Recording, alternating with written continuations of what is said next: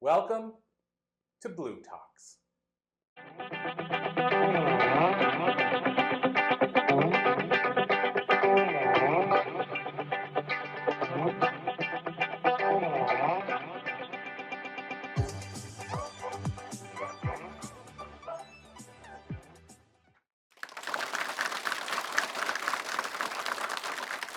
Ladies and gentlemen, welcome to bLU Talks, where we have our podcast interview today directly from MIT in Cambridge, Massachusetts.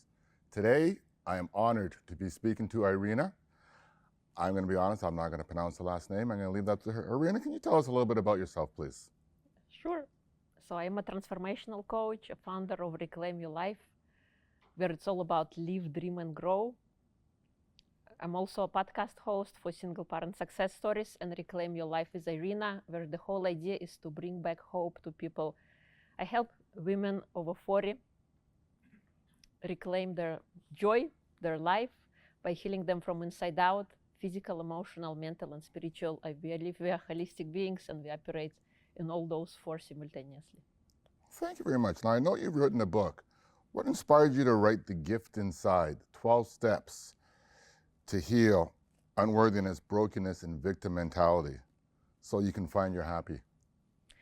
Because I decided that life is too short to go on living unhappy and spend your time on misery and conceit. I felt I wanted a roadmap like that when I started, but it wasn't there. So I decided to create it by combining physical, emotional, mental, and spiritual states of being and practicing habits that allow us to thrive. Okay. I found that we've noticed so many women lose themselves in relationships. What was the first step for you rediscovering yourself and rediscovering your happiness after so many years of putting others first? So for me, the first step was simple walking. I took a walk outside of my home. I stepped over the threshold, and that was a turning point that started everything else that unfolded. When I started taking care of myself, I realized that I was worth it. There is nobody to take care of me. I got to take care of myself. And then the journey unfolded from there. Fantastic. Now, you talk about generating happiness from within. How can someone start doing that if they're feeling really stuck and exhausted? Yes. So the first thing I would say is to start practicing gratitude. And of course, it sounds weird when you are from that place, but when you start noticing on the things that are working in your life, it's so much easier to notice what else is working in your life. Sometimes we take things for granted.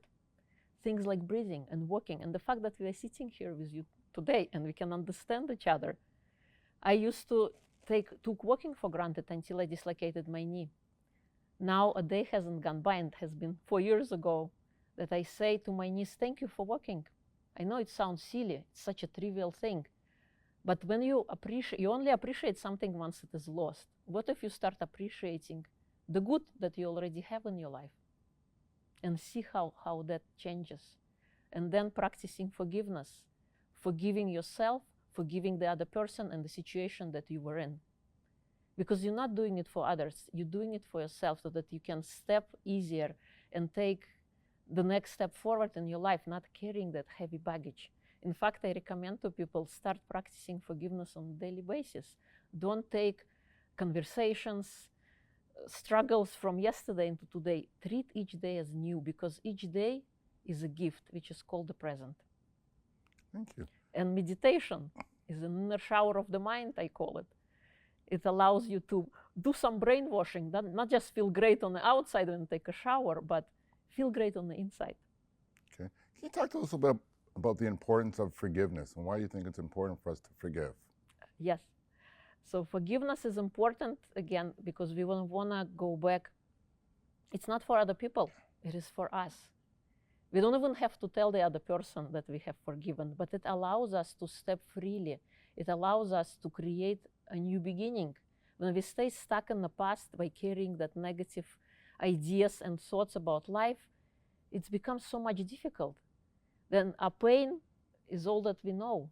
We cannot create anything new. We keep recreating the same life over and over again, sipping on the poison, hoping that the other person will get sick, but they don't. We do. So forgiving yourself, because you always operate to the best of your ability with the resources you have available. So the person you were a year ago, 6 months ago, is a totally different person who you are today. Now, looking back, you know all the answers. You have answered, opened all the doors, but back then you didn't know. So there is no point in blaming who you were. Let it go and allow yourself to create something different and new. Every day is a gift, and it is called the present. Thank you. Now, you just mentioned letting it go. I listened to one of your podcasts, and you talk about carrying a brick. Can you tell us that metaphor a little bit? Carrying a brick? Yeah, how carrying a brick is heavy if you hold it for too long.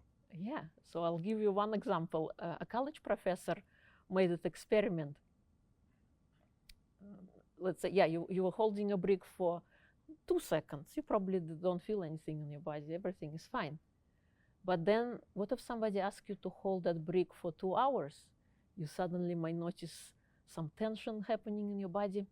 But what if you were asked to hold that brick for a whole day? How would you feel in the end of the day? Probably not so great. You probably wouldn't be able to move. Well, that's what happens with our pain, our trauma that we hold on to. Imagine, because in the days of saber-tooth tiger, we have this nice response, flight or flight response. There is a gazelle grazing somewhere on the grass, and all of a sudden saber-tooth tiger comes and, puts her in danger, so she runs away. And 2 minutes later, you notice she's grazing like nothing happened. So that response is great, and it's great when you are, let's say, on a busy road and the car comes, you gotta step away so you don't get hit. But what happens, what changed as a society, as we evolved, we carried that pain, and what meant to last, because negative emotions are not bad. They're just alarm mechanisms that allow us to point in the right direction, and if we don't feel something good in our body, we must change and shift that direction. So what happens right now is we're carrying on that pain for many years to come.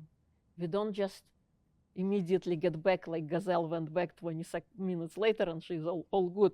We keep on carrying it, our pain and our wounds, like a prime possession. We live with it with our life. This becomes who we are. It becomes a personality. But what are we creating then in our life? We're creating a life of misery. Wondering, why is our life so broken? Well, no wonder, because you're carrying something that happened 20 years ago and it's still present for you today.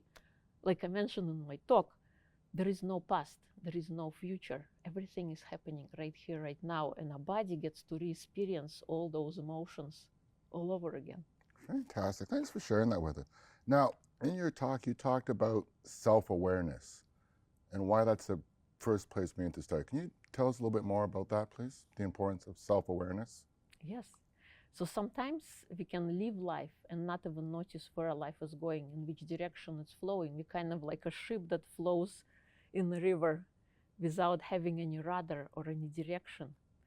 So when you don't have, sometimes we have problems we are not aware of. We may be like, we want to lose weight, but we keep eating junk food because that's what we do, it's normal. And then we start wondering, like, why things are not working? So until we pay attention and become aware of this problem, any problem, whether it is raising kids, making more money, or losing weight, we got to be aware of the problem. What is not working before we can move on? Thank you very much. Now, if someone was listening today, what is the one message you would want them to hear loud and clear about why it's important to take care of yourself first? Because you cannot be anything to others until you are somebody to yourself. So self-care, self-love is important. Falling in love with yourself, falling in love with your life, who the person that you are here to be, and believing in yourself, no matter what anyone says. Because their pain is not, or their dream, you were given that dream. Nobody else was. Okay. Is there anything else you'd like to share with us before we conclude our podcast for today? Thank you so much for having me. It's been a pleasure. Okay, so thank you, ladies and gentlemen, for our podcast here at MIT in Cambridge, Massachusetts. And next up, in our next series of interviews, we're going to have Mr. Davis Hahn. Thank you, ladies and gentlemen.